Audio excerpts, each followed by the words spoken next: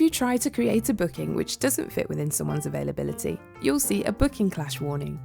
You'll have the option to go back and edit the booking, add it to the waiting list, or add it with overtime. This means that overbookings become a thing of the past. Bookings on the waiting list will be displayed on your dashboard as well as over in the reports, which is great for capacity planning. It helps you see who's overbooked so you can take corrective action in advance. When overtime is added to accommodate a booking, the availability bar will be highlighted in red, so it's easy to see where your team is taking on extra hours. Overtime hours are also specified in the reports.